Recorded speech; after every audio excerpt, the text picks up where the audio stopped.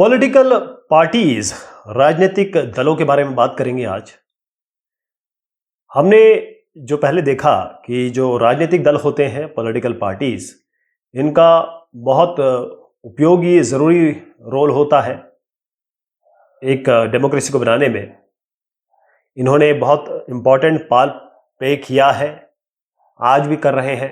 कैसे गवर्नमेंट बनती है, गवर्नमेंट कैसे काम करता है, तो ये सब चीज़ें बड़ी इंपॉर्टेंट हो जाती हैं। हम जानने की कोशिश करेंगे कि राजनीतिक दल की ज़रूरत क्यों होती है। अगर राजनीतिक दल नहीं है तो क्या होगा। हमारे पास बहुत सारी पार्टी हैं, Indian national Congress, BJP, CPIM, TMC, Samajwadi party. ये क्यों चाहिए हमें, और कितनी सारी पार्टियां एक डेमोक्रेसी के लिए अच्छी होंगी? क्या एक उसके लिए कोई नंबर है? कितनी कम, कितनी ज़्यादा? और कुछ कमियां भी हैं। क्या गलत है, क्या कमियां हैं जो एक पॉलिटिकल पार्टी में होती है, और हम क्या कर सकते हैं इसको इम्प्रूव करने के लिए, रिफॉर्म करने के लिए, ताकि हमारे लोकतंत्र को मजबूती मिले। पहली जो चीज़ आती है कि हमें ज़रूरत क्या है पॉलिटिकल पार्टी की, यानी कि राजनीतिक दल की। हमको ये एक ऐसी चीज़ है, संस्था जो हमेशा दिखाई देती है सबको। अब कॉलेज में जाइए, कॉलेज में आपको एबीवीपी मिल जाएगा, आपको एनएसयूआई मिल जाएगा। ये ऐसी चीज़ है जो आपको हर जगह दिखाई देगी। इनके सिंबल दिखाई देंगे, इनके कपड़े पहने हुए लोग दिखाई देंगे। ये सबसे ज़्यादा दिखाई देने वाली चीज़ है, विजिबल इंस्टीट्यूशन कहते हैं इसको। तो पार्टी पास जो है वो सोशल और पॉलिटिकल डिवीजन से दिखाई दे रही हैं। जैसे भारतीय जनता पार्टी की अगर बात करें तो आपको पता है कि इनके कलर जो होंगे वो हिंदुत्व वाले होंगे, यानी कलर होंगे नारंगी जैसे। ये हिंदूज की बात करते हैं, 80% पॉपुलेशन इंडिया की है। अगर आप इंडियन नेशनल कांग्रेस की बात करेंगे तो वो सेकुलरिज्म की बात करते हैं, धर्मनिरपेक्षता की बात करते हैं, और जो बैकवर्ड क्लास है उनको आगे बढ़ाने की बात करते हैं। जहां भी इनका सिंबल देखेंगे आप पंजा देखेंगे, पंजा। अगर सीपीएम की बात करेंगे तो ये केवल किसानों की बात करते हैं या मजदूरों की बात करते हैं। तो सबके अपने एजेंडे हैं, सबके अपने कलर हैं, सबके अपने सिंबल हैं। तो हम उनको बहुत अच्छी तरीके से डिफाइन कर सकते हैं, डिवाइड कर देते हैं कि हाँ ये है, ये है। BJP Hindus, Indian national Congress secularism, CPI मजदूर। यहां पर पंथ, संप्रदाय, रिलीजन, आप क्लियर बता सकते हैं कि एक पार्टी किसकी बात करती है, या एक पार्टी के कपड़ों से या उसके सिंबल से आप पता लगा सकते हैं। बहुत पहले क्या होता था कि ऐसे बहुत सारे कंट्रीज थे जिनमें पॉलिटिकल पार्टी थी ही नहीं। बहुत ही कम पार्टीज थी जिनके पास, बस कंट्रीज ऐसी थी जिनमें पॉलिटिकल पार्टीज होती थी। इसका मतलब यह है कि ऐसी वो सिचुएशन हो, आज की सिचुएशन को अगर आप देखें तो जैसे सऊदी अरब में जाएंगे आप, वहां पर अभी भी राजा साहब है, किंग है, रॉयल, लेकिन फिर भी वहां पर एक गवर्नमेंट तो है ही। कहने का मतलब यह है कि लोग बड़े क्रिटिकल हैं, इसके लिए आलोचना करते हैं कि भाई पानी नहीं आ रहा, हवा ठीक नहीं है, इन्होंने बाढ़ से ठीक से काम नहीं किया, अर्थक्वेक में इन्होंने ठीक से काम नहीं किया। तो कुछ भी करता है, कुछ भी होता है, तो हम लोग पॉलिटिकल पार्टी पे दोषारोपण कर देते हैं। जो भी रूलिंग पार्टी होगी उनके ऊपर हम दोषारोपण कर देंगे। ये हमारा काम होता है, डेमोक्रेसी में ऐसा होता है। अब पॉलिटिकल पार्टी जो पावर में लेती है और दूसरी जो उसके अपोजिशन में होती है, तो कोई भी डेमोक्रेटिक लोगों के लिए जो काम होना होता है वो विपक्ष आवाज उठाती है और पक्ष पार्टी करती है। तो मतलब क्या है, मीनिंग क्या है इसका, क्या है ये? आपकी एक बर्थडे है, आपका जन्मदिन है, आप क्या करेंगे? आप अपने दोस्तों को बुलाएंगे, अपने रिलेटिव को बुलाएंगे, अपने नेबर्स को बुला लेंगे। तो ये सब आएंगे, अपना बर्थडे मना रहे हैं आप, जन्म दिवस समारोह, इनका सबका कॉमन एम है। तीनों पार्टीज का अलग अलग वो है, एक ही एम है कि वो आपके बर्थडे में आ रहे हैं। तो एक पार्टी जब बनती है, इसका मतलब ये लोग साथ आते हैं और एजेंडा उनका सेम होता है, इवेंट सेम होता है, इश्यू सेम होता है, विचारधारा सेम होती है, आइडिया सेम होता है। इसका मतलब यह है कि यहां पर एक पॉलिटिकल पार्टी एक समूह है, लोगों का समूह है जो साथ मिलके आते हैं इलेक्शन लड़ने के लिए। उन्हें पावर चाहिए, वो सत्ता चाहते हैं, वो पावरफुल जो जगह है वो चाहिए, वो विधायक बनना चाहते हैं, वो पार्षद बनना चाहते हैं, वो मेंबर ऑफ पार्लियामेंट बनना चाहते हैं, तो वो पावर लेना चाहते हैं ताकि वो गवर्नमेंट चला सकें और गवर्नमेंट का पार्ट बनना चाहते हो। अब जैसे बीजेपी, जैसे मैंने आपको बताया, नेशनलिज्म, राष्ट्रवाद की बात करती है, हिंदूज की बात करती है, और अगर बाकी जो उनकी ये सब मिलके अगर सोसाइटी इसकी बात करती है, अगर आप सीपीआई को वोट दे रहे हैं तो आपको पता है कि अगर लेबर यूनियन से बिलोंग करते हैं, मजदूर क्लास से बिलोंग करते हैं, किसान हैं आप, तो आप सीपीआई की तरफ जाएंगे, तो आप एक कॉमन आइडिया हो गया आपका। लेकिन अगर आप हिंदुत्व की बात करते हैं तो आप बीजेपी भी जाएंगे। तो कहने का मतलब यह है कि आप उस समूह को बिलोंग करते हैं या उस समूह के विचारधारा को फॉलो करते हैं जो एक विचारधारा से चलती है। पार्टीज जो है वो सोशल डिविजन्स को भी दिखाती है, पॉलिटिकल डिवीजन को भी दिखा देती है। एक पार्टी जब बनती है उसका कारण क्या होता है, उस पॉलिटिकल पार्टी का आइडिया क्या है, वो क्या सोचती है। जैसे हमारे देश में अगर कोई ना कोई कारण रहता है जब एक पार्टी आती है, कुछ रीजन रहते हैं, ये पॉलिटिकल डिविजन्स होते हैं। जैसे मैं मायावती जी की पार्टी के बारे में बताऊं, बहुजन समाज पार्टी, वो बात करती है दलित्स की, खासतौर पे जो एससीज है, अनुसूचित जाति की बात करती हैं। तो ये पॉलिटिकल डिवीजन की बात कर रही है, एक ऐसा पक्ष है जिसको रिप्रेजेंट करती हैं। ये तो एक तरीके से पार्टनरशिप हो गई ना। वो तो एक पार्टी जो है वो सोसाइटी का तो पार्ट है, सोसाइटी का तो पार्ट है। वो पार्टी अलग से तो किसी से नहीं आ गई। कास्ट है, रिलीजन है, क्रीड है, इतनी अलग अलग चीज है। तो एक पार्टी किसी एक पक्ष के बारे में बात करती है, वो कोशिश करती है कि हम आपको आगे बढ़ाएंगे, हम आपके लिए बेहतरी का काम करेंगे। तो पार्टनरशिप का काम हो रहा है ये अलग अलग जो सोशल फैक्शंस हैं, अलग अलग पार्ट्स हैं। तो एक पॉलिटिकल पार्टी के 3 कंपोनेंट्स होंगे। पहले तो एक लीडर्स होंगे उसमें।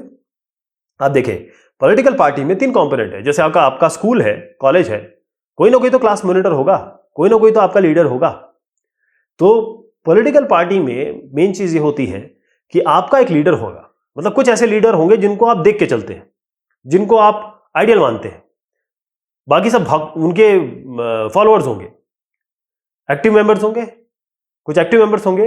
ये एक्टिव मेंबर्स वो होंगे जो इस पार्टी में काम करते हैं, पार्टी में होंगे।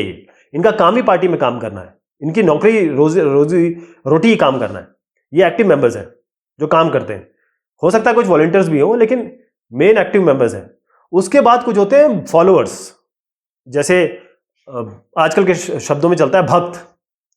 तो ये समर्थक कह सकते हैं, अगर हम पढ़ाई के शब्दों में कहें तो इन्हें समर्थक कह सकते हैं।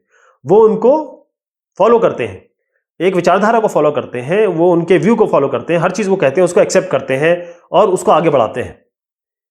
तो आइडियोलॉजी को वो एग्री करते हैं, फॉलोअर्स हो जाते हैं उनको, सही शब्दों का फॉलोअर। तो इलेक्शन जब आता है तो ये वोटर भी होते हैं उनके, ये वोटिंग भी उनको करते हैं। अब बेसिक क्वेश्चन है कि इनके काम क्या है, फंक्शन क्या है, काम क्या है। तो जैसे मैंने आपको बताया कि पॉलिटिकल पार्टी, राजनीतिक दल मेनली इसलिए बनाए जाते हैं ताकि वो गवर्नमेंट बना सके, चाहे वो पंचायत के तौर पे हो, ग्राम पंचायत के हो। ग्राम पंचायत में कोई पार्टी वार्टी नहीं होती है, लेकिन एक बात बता रहा हूं, बैकग्राउंड में तो ये चलता ही है कि विधानसभा में विधायक बनना चाहता है कोई, विधान परिषद ऐसे कोशिश करते हैं कि लेजिस्लेशन, विधायिका की बात कर रहा हूं मैं, लोकसभा राज्यसभा में वो जाना चाहते हैं। तो हर एक लेवल पे वो पॉलिटिकल पार्टीज पॉलिटिकल ऑफिसेस को भरना चाहती है और उन पॉलिटिकल पावर को, उन राजनीतिक जो बल सत्ता है उसका उपयोग करना चाहती है। तो ये सारी संवैधानिक पोस्ट होती है, उस पर वो पहुंचना चाहते हैं। इसके लिए कुछ काम करते हैं वो। सबसे पहले पार्टी जो है वो इलेक्शन में आएंगी, इलेक्शन कॉन्टेस्ट करेंगी। मान लीजिए एक पार्टी में है बीजेपी, अगर आप हैं, एक साहब है तो बहुत अच्छे, आप एक बहुत बढ़िया पोजीशन पे हैं, तो आपको टिकट मिल जाएगा। आपको अगर जीतने के चांसेस हो तो आपको टिकट मिल जाएगा, एक उम्मीदवार हो गए। अब आप इलेक्शन में जाएंगे, उसके बाद बहुत सारी जो डेमोक्रेसी जो है वो उन लोगों के बीच में लड़ा जाता है जो पॉलिटिकल पार्टीज खड़ा करती हैं। जैसे बीजेपी का एक कैंडिडेट होगा, वहीं पे समाजवादी पार्टी का एक कैंडिडेट होगा, ऑल इंडिया तृणमूल, टीएमसी कह दीजिए, तृणमूल कांग्रेस, उनका एक मेंबर एक कैंडिडेट होगा। तो लोग जो हैं, हम और आप जैसे, उनमें से एक को इलेक्ट करेंगे, वोट करेंगे वोट करेंगे वोट करेंगे, इन तीनों में से वोट करते रहेंगे। और पहली चीज ये है कि ये इलेक्शन कॉन्टेस्ट करते हैं, सबसे बड़ा काम यही है, फाइट कर रहे हैं इलेक्शन। उसके बाद वो अपनी पॉलिसीज रखते हैं, अपना काम रखते हैं, मैनिफेस्टो रखते हैं कि समाजवादी कहेगी देखिए जो किसानों के ऊपर जो कर्ज है हम उसको कम कर देंगे, या हम जो एमएसपी है, मिनिमम सपोर्ट प्राइस है एग्रीकल्चर प्रोडक्ट्स का, उसको बढ़ा देंगे।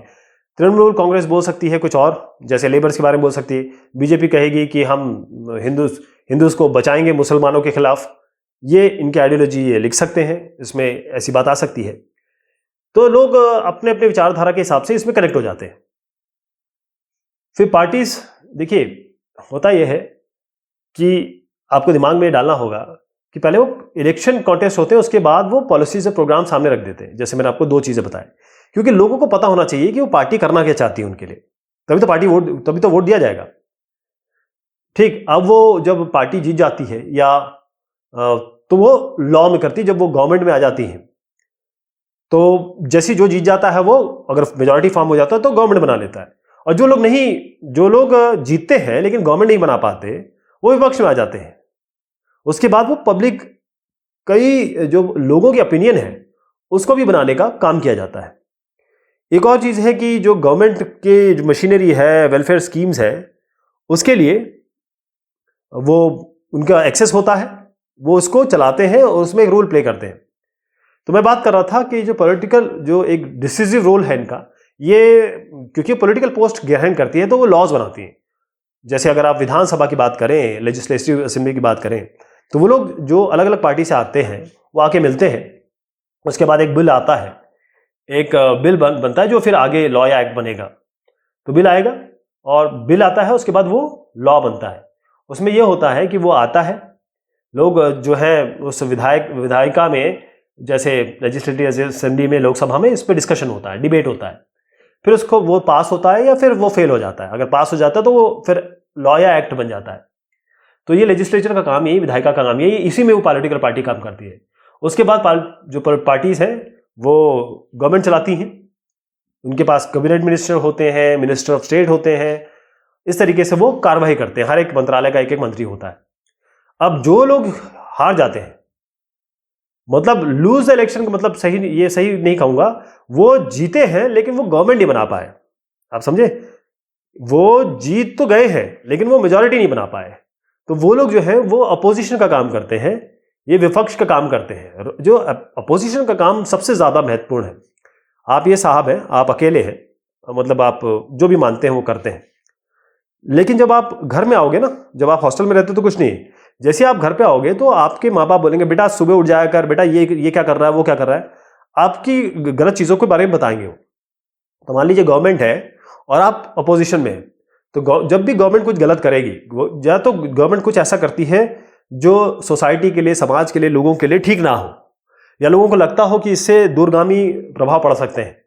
तो अपोजिशन का काम यही है कि वो जो रूलिंग गवर्नमेंट है उनके लोगों को स्टॉप करती है, उनके सामने पक्ष लाती है, जनता की वॉइस, जनता की बात करती है और आलोचना करती है।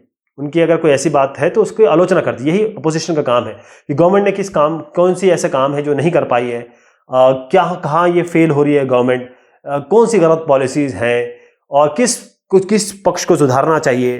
तो अपोजिशन का काम ही है। अपोजिशन का मतलब अपोज करना, उनकी हर चीज को अपोज करना, जिससे सरकार को लगे कि देखिए हम लोग चेक और बैलेंस में, ऐसा नहीं है कि हमारी बेड़ियां खुली हुई हैं और हम कहीं भी जा सकते हैं। इसी तरीके से पार्टीज जो है वो पब्लिक ओपिनियन बनाती हैं। होता यह है कि जैसे मान लीजिए आर्टिकल 370 कहा उन्होंने, 377 नहीं 370 है, तो उन्होंने कहा कि भाई हम 370 हटा देंगे, बीजेपी ने कहा।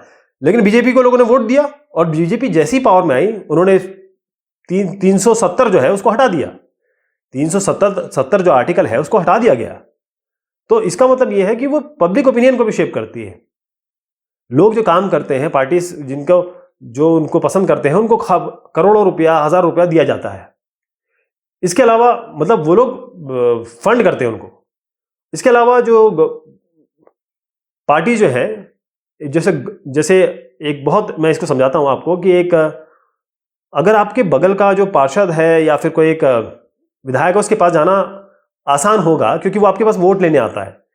लेकिन अगर आप गवर्नमेंट मशीनरी के पास जाएंगे, अगर आप डीएम से मिलना चाहेंगे तो क्या मिल पाएंगे? मुश्किल होता है। यही है, इसलिए पॉलिटिकल पार्टी थोड़ी ज़रूरी हो जाती है और एक्सेसिबल हो जाती है। अब सवाल उठता है नेसेसिटी क्या है? अब मैं और आप, हम लोग किसी पार्टी के नहीं है, हमारी कोई आइडियोलॉजी नहीं है, हम किसी को कोई प्रॉमिस नहीं दे रहे हैं, हम किसी को मैनिफेस्टो नहीं दे रहे, हम कुछ किसी से कुछ नहीं कह रहे, किसी का जरूर भी किसी के ओपिनियन भी नहीं बना रहे, हम लोग इंडिपेंडेंट है ना। अब हम लोग चलिए अब इलेक्शन में जड़ जाते हैं।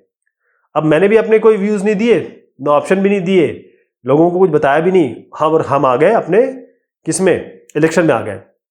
तो बेसिकली आप जब मैं पावर में आऊँगा तो लोग कैसे रिएक्ट करेंगे? पहले तो वो आपको क्यों वोट देंगे, और बाई चांस अगर आप जीत भी जाते हैं तो लोग क्या एक्सपेक्ट करेंगे? तो पॉलिटिकल पार्टीज जो है ये ऐसी सिचुएशन ये समझिए कि एक पार्टी अगर है ही नहीं कोई, अगर मैं और आप सब इंडिपेंडेंट लड़ने लगे तो भाई लोगों का जो प्रॉमिस किया गया है, लोगों से कहा गया हम ये करेंगे, हम ये जो पॉलिसी चेंजेस हैं करेंगे, जो चीज़ है उसको हटाएंगे। जैसे मैंने कहा कि बीजेपी ने कहा कि हम सिटीजनशिप अमेंडमेंट बिल लेके आएंगे, तो जब वो पावर में आए तो उन्होंने ये किया है ना, लोगों ने किया। कांग्रेस आई न्याय योजना के साथ कि सबको 12,000 रुपए मिलेंगे हर एक आदमी को हिंदुस्तान के। जनता को पसंद नहीं आया, जनता ने उनको वोट नहीं दिया। तो लोगों ने जब सामने कहा ना, जब पार्टी ने सामने रखा तो हिसाब से वोट दिया। अब पंचायत में जाइए, पंचायत में कोई पार्टी इलेक्शन नहीं होता, पंचायत में कोई भी पार्टी नहीं होती है, ध्यान रखिए, पंचायत में कोई पार्टी नहीं होती है।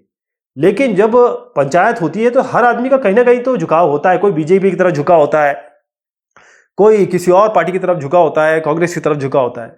तो यहां पर भी बैकग्राउंड में एक फॉर्मेशन हो ही जाता है।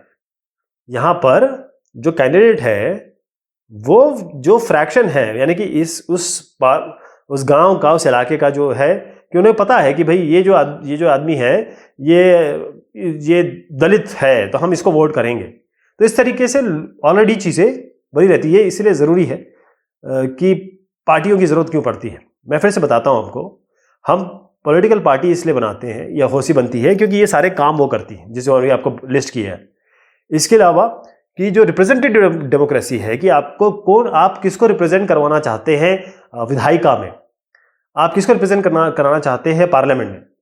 तो बहुत सारी सोसाइटीज़ हैं जिनको रिप्रेजेंट करने के लिए कोई पार्टी चाहिए होती है। अगर 1.3 से बिलियन से ऊपर है, 135 करोड़ कहीं है, तो इनको रिप्रेजेंट, इतनी सारी पॉपुलेशन को रिप्रेजेंट करने के लिए आपके पास कोई ना कोई तो ऐसा कैंडिडेट होना चाहिए जिसको आप भेजना चाहेंगे आगे।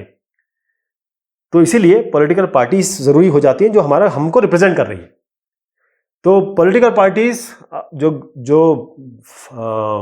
बोलेगी उसको करना पड़ेगा, वरना सरकार जो है अगली बार डूब जाएगी, गिर जाएगी, है ना। तो ये नेसेसिटी हो जाती है। अब सवाल उठता है कि हमें पार्टी कितनी चाहिए? क्या एक पार्टी से काम चलेगा? 100, 1 लाख, कितनी पार्टी चाहिए? देखिए, राजतंत्र, ये लोकतंत्र में कोई भी हम पॉलिटिकल पार्टी बना सकते हैं। फॉर्मल सेंस में बताऊं तो हमारे देश में नंबर ऑफ पार्टी, गिनती नहीं इतनी पार्टियां हैं, 750 से ज्यादा तो रजिस्टर्ड हैं। ये तो इलेक्शन कमीशन ऑफ इंडिया के पास रजिस्टर्ड है। मैं तो उनकी पार्टी की बात ही नहीं कर रहा हूं जो क्षेत्रीय लेवल पे है ना। तो एक सिंगल पार्टी सिस्टम होता है, मान लीजिए एक ही पार्टी होगी। क्या क्या अलग अलग पार्टीशन हो सकते हैं? पहला है कि सिंगल पार्टी की एक ही पार्टी है, कोई और दूसरी पार्टी है ही नहीं। जैसे चाइना में, नॉर्थ कोरिया में, तो वहां पर एक ही पार्टी होती है। जैसे अब चाइना में कम्युनिस्ट पार्टी है, बाकायदा इलेक्शन वगैरह होंगे, लेकिन एक ही पार्टी है। एक मल्टी पार्टी सिस्टम होता है, जैसे इटली, जर्मनी, ऑस्ट्रेलिया है, वहां पर एक से ज्यादा पार्टियां हैं। हिंदुस्तान में भी इसी तरीके से मल्टी पार्टी सिस्टम है। बहुत सारी पार्टियां होती हैं जो चुनाव लड़ती हैं, रिप्रेजेंट करती हैं लोगों को। तो इससे ये होता है कि कोalition बनाते हैं। कई बार ऐसा होता है कि बहुत सारी अगर पार्टियां होती हैं तो कोalition बना देती है। डोमिनेंट पार्टी सिस्टम, जैसे जापान, ब्राजील और रशिया में जो भी है, 50 पार्टियां हैं, लेकिन जीतेगी एक ही पार्टी डोमिनेंट है और उसके पास हमेशा पावर रहा है। जापान में जो लिबरल डेमोक्रेटिक पार्टी है, पिछले 55 सालों से वही जीतते चली आ रही है। तो हमने जो बात की जो चाइना का मैंने बताया कि कम्युनिस्ट पार्टी ही वहां रूल कर सकती है, मतलब जो भी पार्टी होगी कम्युनिस्ट पार्टी होगी।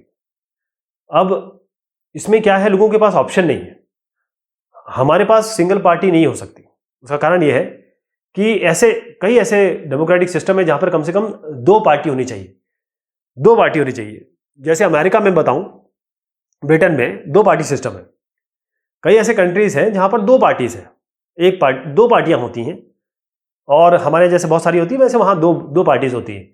अभी जो दो पार्टीज है, ये बहुत और भी पार्टियां होंगी, लेकिन पार्टीज यही दोनों जीतेंगी। एक अमेरिका में बोलूं तो आपको एक डेमोक्रेटिक है, एक रिपब्लिक है। अब बहुत सारी अगर पार्टीज पावर के लिए लड़ती हैं, जैसे टू पार्टी सिस्टम बता दिया मैंने आपको, अगर बहुत सारी पार्टी है जो लड़ती है पावर के लिए, पावर में आने के लिए, वहां पर उस समय क्या हो जाता है, मतलब दो पार्टी से ज्यादा जीतने के चांसेस होते हैं, या वो अपना स्टैंड से जीत जाएं या वो गठबंधन बना लें, कोएलिशन बना लें। इसको हम मल्टी पार्टी सिस्टम कहते हैं। इसे हम, एक पार्टी हो गया, टू पार्टी, मल्टी पार्टी। जब बहुत सारी पार्टी मल्टीपल पार्टी में वो हाथ मिला लेती हैं और अगर उनके पास विनिंग पावर होता है, उसको हम अलायंस कहते हैं। जैसे हमारे देश में मेन दो अलायंस है, एनडीए है और यूपीए है। तो ये बीजेपी इसमें लीडर है, ये कांग्रेस लेड अलायंस है। तो ये सारे के सारे जो मेजर पार्टीज हैं, वो भी उन्होंने, इसमें नेशनल पार्टीज भी हैं, स्टेट पार्टीज भी हैं, ये सब मिला के इन्होंने हाथ मिला लिए हैं कि भाई हम एक साथ लड़ेंगे। मल्टी पार्टी सिस्टम थोड़ा सा मेसी लगता है, जिसे हम गठबंधन कहते हैं। अब 2019 में महाराष्ट्र में क्या हुआ, इलेक्शन हुआ। इसमें क्या हुआ, एनसीपी, शिवसेना और इंडियन नेशनल कांग्रेस, इन्होंने गवर्नमेंट बनाई। अब हर आदमी ये कह सकता है कि शिवसेना की बात कर रहे हैं, हिंदुत्व की बात हो रही है और हार्डकोर हिंदुत्व की बात हो रही है, और जो बाहर के लोग हैं उनको, बिहारी और खासतौर पे यूपी वाले, उनको बाहर करना है। मराठी मनुष्य की बात करते हैं। एनसीपी बात करती है किसान और लेबर के बारे में बात करती है। नेशनल कांग्रेस जो है वो धर्मनिरपेक्षता की बात करती है और पिछड़ी जातियों की बात करती है। तो सबकी अलग अलग आइडियोलॉजी है। तो आप ये कह सकते हैं ये क्या गड़बड़ हो गया, ये तीनों कैसे चला पाएंगे, इनकी तो ना विचारधारा मिलती है, ना ये कि इनका कोई आपस में लेना देना। लेकिन अब ये है ना, यहां पर देखिए कि अलग अलग रिप्रेजेंटेशन भी तो हो रहा है। एनसीपी किसानों के बारे में बात करेगी, जब भी ये अगर सरकार में आ गई है तो कोई अगर पॉलिसी बनेगी, शिवसेना जो है वो मराठियों के बारे में बात करेगी, है ना। शिवसेना जो है वो हार्डकोर हिंदुत्व या नहीं अपना पाएंगे। इंडियन नेशनल कांग्रेस क्या है, ये सेकुलरिज्म की बात करेगी। तो कहने का मतलब ये है कि ये जो अलायंस जो है वो अच्छा रहता है हिंदुस्तान के लिए या किसी भी देश के लिए, वो अच्छा है। 2004 के बारे में बताता हूं मैं। यहां पर जैसे मैंने आपको बताया था पहले भी कि एनडीए है, यूपीए है। तो ये यूपीए एक लेफ्ट फ्रंट भी था, सीपीआईएम वगैरह एक लेफ्ट फ्रंट भी था। अभी थोड़ा सा ये वीक हो गया है, लेकिन उस समय बहुत स्ट्रांग था ये। तो हम ये कहेंगे कि एक पार्टी सिस्टम क्यों, दो पार्टी सिस्टम क्यों, मल्टीपल पार्टी सिस्टम क्यों, हर एक देश में एक ही जैसा पार्टी सिस्टम क्यों नहीं हो सकता। देखिए, हर एक जो देश है ना, उसकी ऐतिहासिक सिचुएशन जो सालों से चला आ रहा है, सोशल उनका जो पैनोरामा है वो तो अलग था। हर एक पार्टी में ये बहुत सालों से डेवलप हुआ है कि वो जो कंडीशन है वहाँ की, जो वहाँ का वातावरण है, वो किसको सूट करता है, कौन सी पार्टी को सिस्टम करता है। हमारे देश में जो मल्टी पार्टी सिस्टम है, क्योंकि हमारी जो डाइवर्सिटी इतनी ज़्यादा है, हम लोग सबको रिप्रेजेंट कराना चाहते हैं। इतने सारे रिलीजन, इतनी भाषाएं, इतने सारे अलग अलग तरीके के लोग हैं, इतना अलग तरीके से समूह है, उन सबको हमको लाना पड़ेगा। मल्टी पार्टी सिस्टम हमारे ज़रूरी हो जाता है। नेशनल पॉलिटिकल पार्टीज की अगर मैं बात करूं तो कैसे हम ये डिसाइड करते हैं कि एक पॉलिटिकल पार्टी नेशनल पार्टी है, स्टेट पार्टी है, कैसे डिसाइड होता है। तो जो पॉलिटिकल पार्टी है, राजनीतिक दल जो होते हैं, उनको स्पेशल स्टेटस दिया जाता है, उनका रिकॉग्नाइज दिया जाता है। तो जो डेमोक्रेसीज ऐसी हैं, जो लोकतंत्र है, जो फेडरल सिस्टम फॉलो करती हैं, उनके कुछ दो तरीके के सिस्टम होते हैं। जैसे हम हिंदुस्तान की बात करेंगे तो हमारे पास बहुत सारे स्टेट्स हैं। 2019 की बात कर रहा हूँ, 28 स्टेट्स हैं, 8 यूनियन टेरिटरीज हैं। तो हमारे 28 स्टेट्स हैं। अब जो पार्टीज जो होती हैं पूरे देश के लिए होती हैं, यानी कि पूरे पूरे देश का फेडरल स्ट्रक्चर हो, फेडरली वो एक्टिव है, पूरे देश में आपको दिखाई देते हैं, तो वो उनको स्टेटस मिलेगा कि भाई कई ऐसी पार्टियां हैं जो कि स्टेट तक है, वो स्टेट से बाहर नहीं है, स्टेट से बाहर नहीं जानता उनको कोई। तो हर एक पार्टी जो कंट्री है वो इलेक्शन कमीशन ऑफ इंडिया के साथ वो रजिस्टर कराना होता है, निर्वाचन आयोग के साथ उनका रजिस्ट्रेशन होना जरूरी है।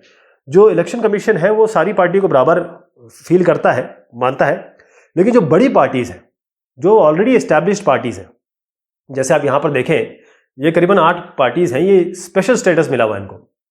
तो ये पार्टियों को स्पेशल प्रिविलेज मिलता है, ये नेशनल पार्टीज हैं और इनको कुछ स्पेशल फैसिलिटीज मिलती हैं। एक तो ये रिकॉग्नाइज्ड रहती हैं, मतलब ये इलेक्शन कमीशन इनको जानता है, रिकॉग्नाइज्ड पार्टी है ये, और इसके बाद इसको रिकॉग्नाइज्ड पॉलिटिकल पार्टी कहते हैं, मान्यता प्राप्त राजनीतिक दल। तो ये जैसे आप इनको एक तो सिंबल मिलता है, पहले एक यूनिक सिंबल मिलता है। आप सिंबल देख के बता सकते हैं, हाथ का मतलब, आप पंजा का मतलब सीधा आप कांग्रेस कहेंगे, आप कांग्रेस पार्टी के बारे में बात करेंगे। तो ये जो पार्टियां हैं वो उनको कैसे पता लगता है, कैसे इनको इलेक्शन कमीशन कहेगा कि आप नेशनल पार्टी हो गए, आप स्टेट पार्टी हो गए, तो इसको समझना जरूरी है। एक पार्टी जो 6% पूरे लेजिस्लेटिव असेंबली में 6% वोट शेयर अगर इसका है और कम से कम 2 सीट वो जीते, इसको हम स्टेट पार्टी कहते हैं। फिर से समझिएगा, एक स्टेट की बात करता हूं, महाराष्ट्र की बात करता हूं। यहां पर कोई एक पार्टी P1 अगर इनका वोट शेयर 6%, मतलब 100 आदमियों में से 6 या 6 से अधिक लोगों ने इनको वोट दिया है, 100 लोगों में से 6 या 6 से ज्यादा इन्होंने वोट गेन किया है, वोट शेयर है। इसके अलावा मान लीजिए 55 सीट है, मैं एग्जांपल ले रहा हूं, 55 विधानसभा की सीट है, इस पार्टी ने 2 सीट जीत ली है, 2 एमएलए की सीट जीत ली है। कम से कम 2 सीट अगर इन्होंने जीत ली है इस एमएलए के इलेक्शन में या स्टेट के इलेक्शन में, 6% से ज्यादा और 2 कम से कम सीटें, ये जो पार्टी है ना P1, ये स्टेट पार्टी बन गई। इसको रिकॉग्नाइज कर लिया जाएगा कि ये महाराष्ट्र की स्टेट पार्टी है, स्टेट लेवल की पार्टी है। अब जरा नेशनल पार्टी पे आते हैं।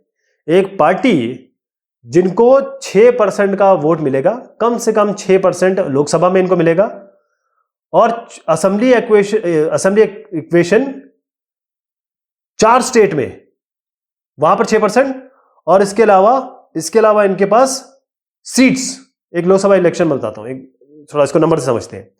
एक पार्टी है जिसको 6% से ऊपर वोट शेयर मिला, लोकसभा की बात कर रहा हूं, लोकसभा इलेक्शन में, स्टेट हो गया, लोकसभा आम चुनाव जब होता है तो एक पार्टी ने 6% से ज्यादा वोट लिया है, ना कि 100 में से 6 से ज्यादा लोगों ने इनको वोट दिए। पहली चीज ये हो गई। इसके अलावा 2 और चीजें आती हैं।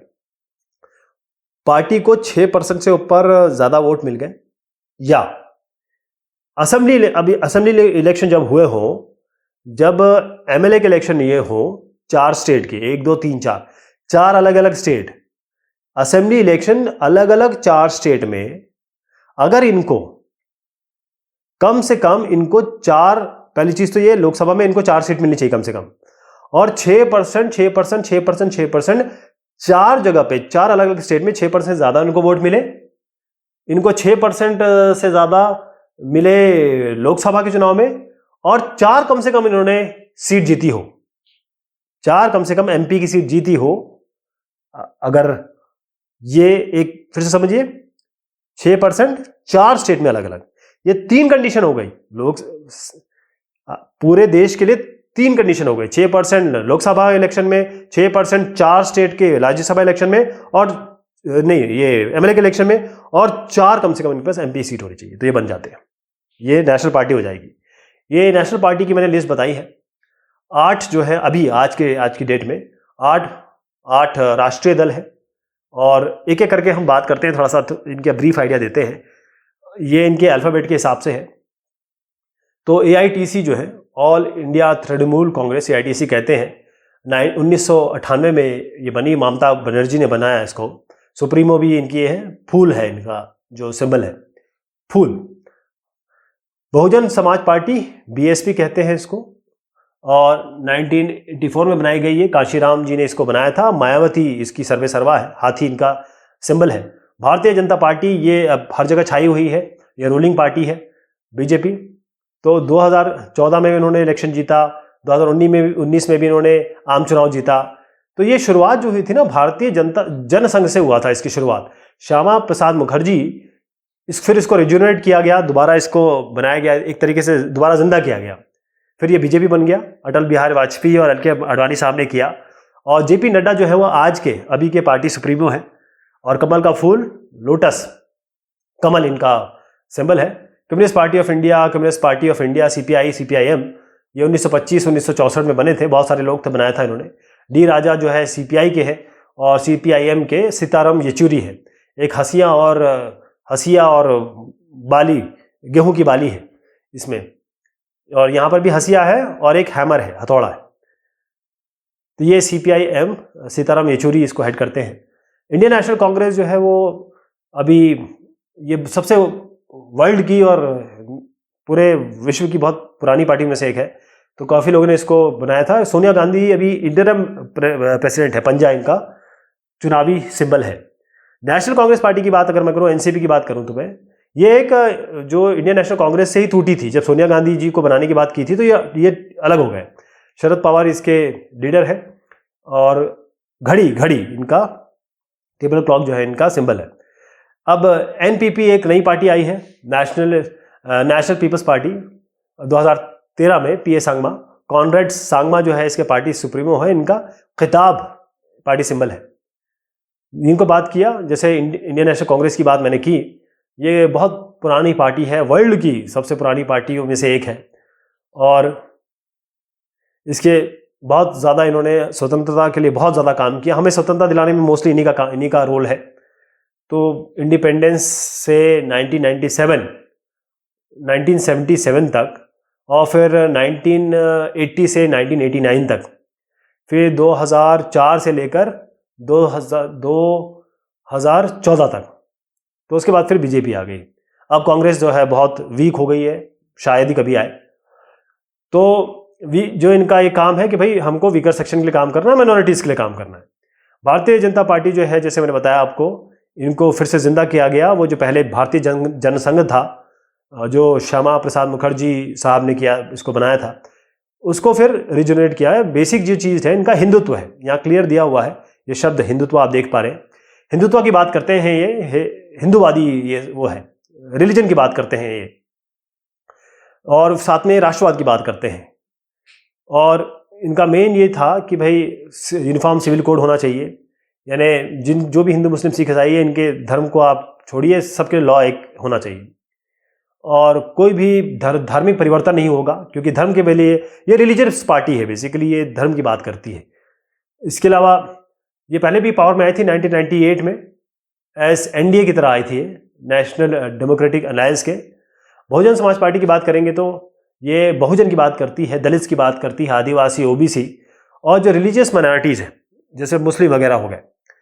और इनकी जो टीचिंग्स है वो कहाँ से मिलती है इनको? श्री साहू महाराज, महात्मा फुले साहब, पेरियार है, रामस्वामी नाइकर हो गए, बाबा साहेब अम्बेडकर साहब हो गए।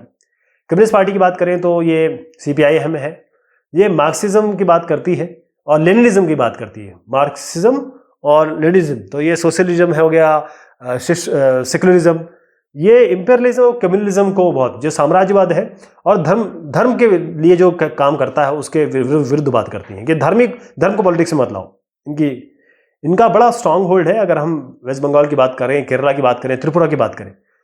इसके अलावा सीपीआई जो है वो मार्क्सिज्म और लेनिनिज्म की बात करते हैं, वो भी सेकुलर की बात करते हैं, डेमोक्रेसी की बात करते हैं। और मेन चीज़ ये है, वो भी कम्युनलिज्म के खिलाफ बात करते हैं कि भाई धार्मिक जो उन्माद है वो ना फैलाएं, सांप्रदायिकता की बात ना करें। एनसीपी की बात करूं मैं तो जैसे मैंने कहा ये फ्रैक्शन है कांग्रेस पार्टी के। जो जैसे मैंने बताया तो सोनिया गांधी जो है वो बेसिकली इटली की हैं। तो जब उनको हेड बनाने की कोशिश की तो ये लोग टूट के बाहर आ गए। उन्होंने कहा ना कुछ भी होगा, लेकिन कोई भी जो है गवर्नमेंट पोस्ट पे कोई अगर बाहर का आदमी है वो पोस्ट होल्ड नहीं करेगा, वो गवर्नमेंट का संवैधानिक पोस्ट नहीं ग्रहण करेगा। ये मेन चीज़ थी इसमें। लेकिन अब सोनिया गांधी इस देश की महिला है, बड़ी रिस्पेक्टेड है। स्टेट पार्टीज भी हैं इसके अलावा। अगर मैं 8 पार्टी की, नेशनल पार्टी की बात करूं तो बहुत सारी मेजर पार्टीज जो हैं उनको हम स्टेट पार्टीज भी देखते हैं, जो क्षेत्रीय पार्टी कहते हैं। समाजवादी पार्टी, समता पार्टी, राष्ट्रीय जनता दल, ये नेशनल लेवल तो है, लेकिन ये कुछ कई ऐसे स्टेट्स हैं जिसमें बहुत ये इनका काम है।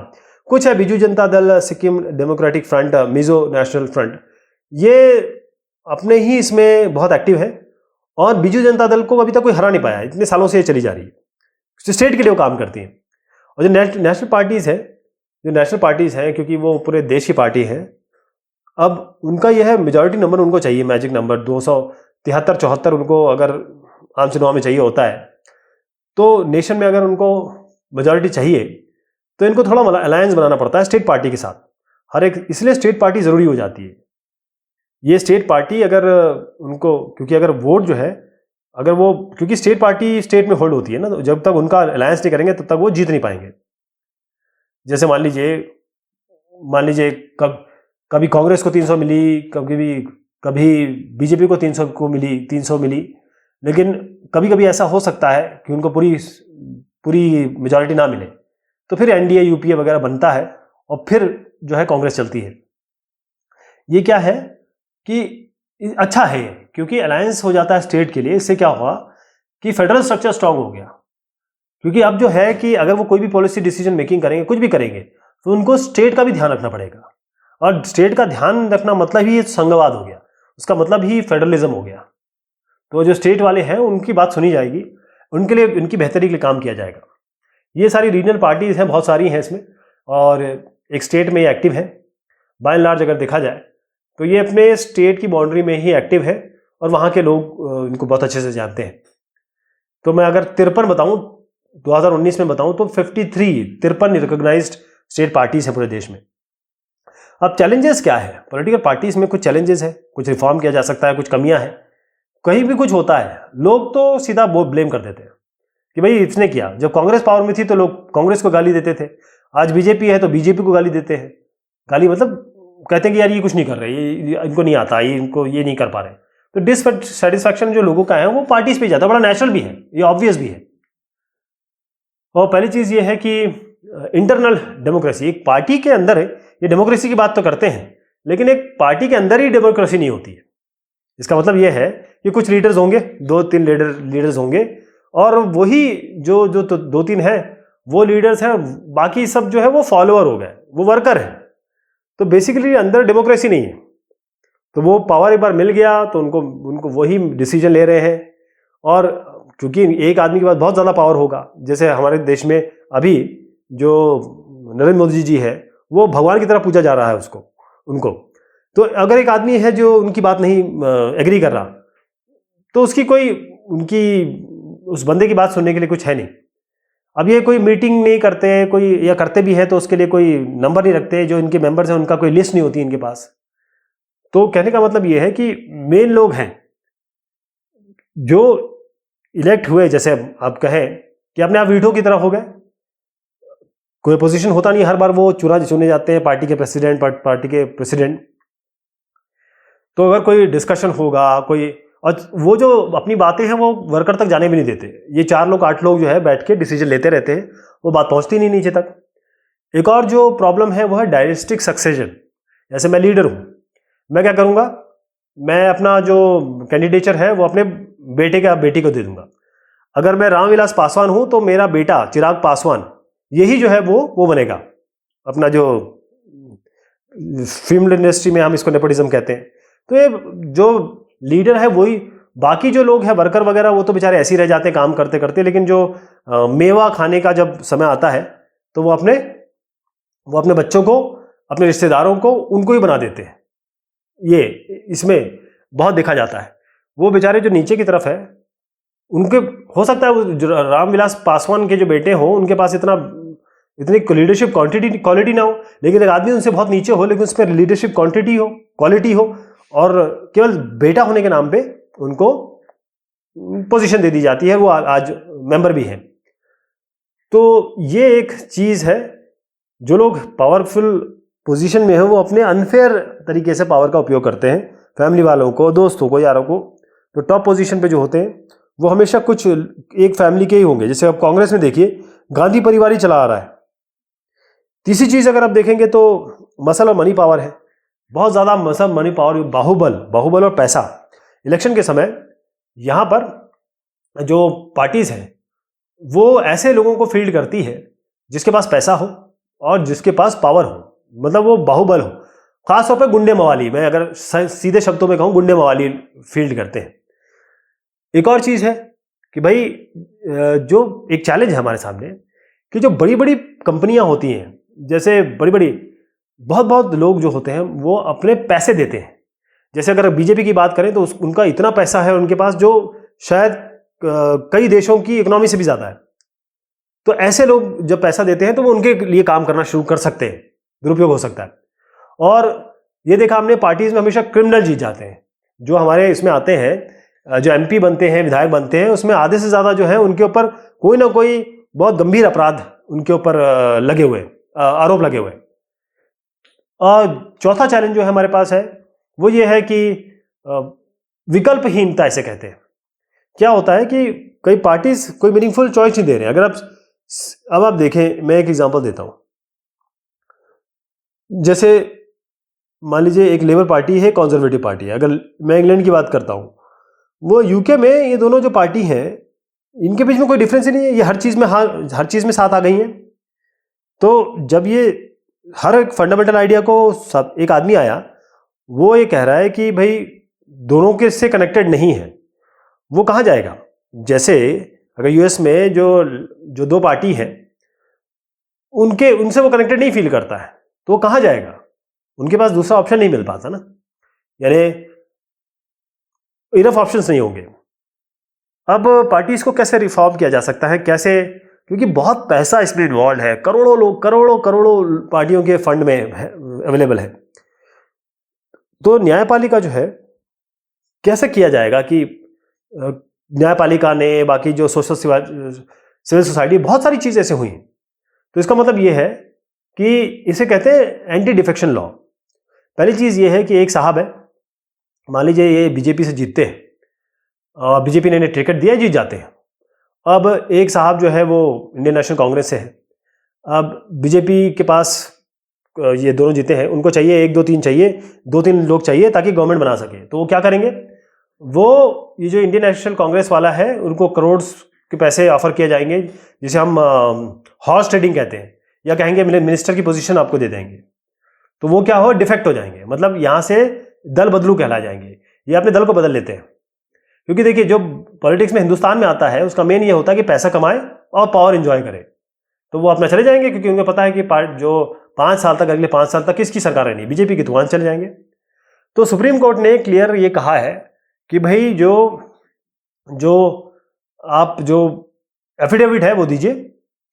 उस एफिडेविट में बताइए कि भाई आप अगर आपको नॉमिनेशन में आए हो तो पहले बताओ कि आपके पास पैसे कितने हैं, कितने जेब में आपके पैसे हैं। इसके अलावा आपको बताना है कि आपके ऊपर क्या क्या क्रिमिनल चार्जेस हैं, कौन कौन से आपके ऊपर आरोप लगे हुए हैं, लोगों को पता होना चाहिए। और ये एक मैंडेटरी हो गया है कि भाई आप एफिडेविट देंगे, हर एक कैंडिडेट। आपके एजुकेशन क्वालिफिकेशन क्या है, ताकि अब जैसे स्मृति ईरानी की जी ने अपने एफिडेविट 3 बार चेंज किए, तो उससे पता लग गया लोगों को कि ये जो है थोड़ा सा इसमें घोलमोल लग रहा है। कोई अगर जैसे इलेक्शन जो इनकम टैक्स है, ऐसी पार्टी 3-3 हजार लाख और 1000 करोड़ इन लोगों के पास पैसा होता है, तो क्यों ना इनसे टैक्स लिया जाए, इनसे पैसा लिया जाए ना, जैसे हर आदमी टैक्स देता है। और दूसरा यह है कि इनके इनकम टैक्स रिटर्न मेन चीज है कि भाई इनसे पैसा मिले। इसके अलावा और कुछ सजेशंस भी है। पहला सजेशन ये है रिफॉर्म करने के लिए पॉलिटिकल पार्टीज के लिए।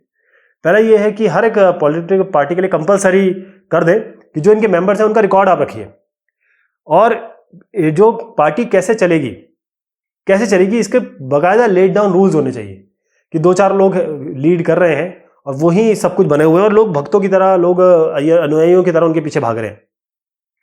इसके अलावा मैंडेटरी कर दिया जाए कि जो पॉलिटिकल पार्टीज है वो कम से कम 33% जो सीट है वो, या जो टिकट है वो फीमेल को देंगे। अगर मैं आपको इलेक्शन बताऊं 2019 का, तो बीजू जनता दल और जो AITC तृणमूल कांग्रेस है, TMC, इन्होंने क्या किया कि 33% जो है वो कैंडिडेट जो टिकट है वो औरतों को दिया, महिलाओं को दिया। जब ये दोनों कर सकती हैं तो पूरा देश, इतनी बड़ी बड़ी पार्टियां क्यों नहीं कर सकती? ये बहुत बड़ी पार्टियां हैं। इसके बाद क्या है कि स्टेट इनको फंड करना चाहिए इलेक्शन। मतलब जिस पार्टी के पास बहुत ज़्यादा पैसा होता है वो हमेशा जीतती रहती है, और जिनके पास पैसा नहीं होता वो कभी जीत नहीं पाती है। तो जो फंडिंग है, इलेक्शन का पैसा जो दिया जाए, वो इलेक्शन कमीशन ऑफ इंडिया देगा। इतना पैसा उठा के देगा, देखिए 10 रुपए है, इसी को खर्च करना है। तो गलत जो चीज़ें हो रही हैं, तरीका जो हो रहा है, वो सब रुक जाएगा। कम से कम लोगों के लिए काम करेंगे, वो पैसे के लिए नहीं काम करेंगे। इसके अलावा ये जो सब जो सजेशन है, वे पॉलिटिकल पार्टीज एक्सेप्ट नहीं कर रही हैं, है ना। और भी अलग तरीके हैं पॉलिटिकल पार्टी को बनाया जा सके। पहला ये है कि हम पॉलिटिकल पार्टी को हम प्रेशर कर सकते हैं। एक तरीका ये है कि हम लोग प्रेशर करें। हम लोग पिटीशन फाइल कर सकते हैं, पब्लिसिटी कर सकते हैं, और एजुटेशन कर सकते हैं, विरोध कर सकते हैं।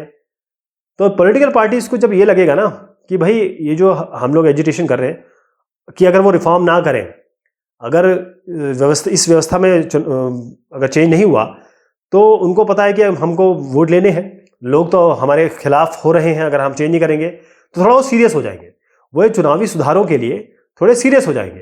तो पॉलिटिकल पार्टीज जो है वो मैं और आप, एक और चीज़ है, हम और आप पॉलिटिकल पार्टी ज्वाइन करें। जो खराब पॉलिटिक्स है वो तभी पर ठीक हो सकती है जब अच्छी पॉलिटिक्स आए। खराब पॉलिटिक्स को खत्म किया जाए और अच्छी पॉलिटिक्स को आया जाए। जैसे दिल्ली में हुआ, दिल्ली में 2 बार विधानसभा में बम्पर केजरीवाल सरकार, आप सरकार आई, क्योंकि उन्होंने ये सब चीज़ों को दूर करने की कोशिश की कि भाई खराब पॉलिटिक्स ना चले। तो ये बात हुई इस चैप्टर की। बहुत शुक्रिया, बहुत मेहरबानी आप सभी की।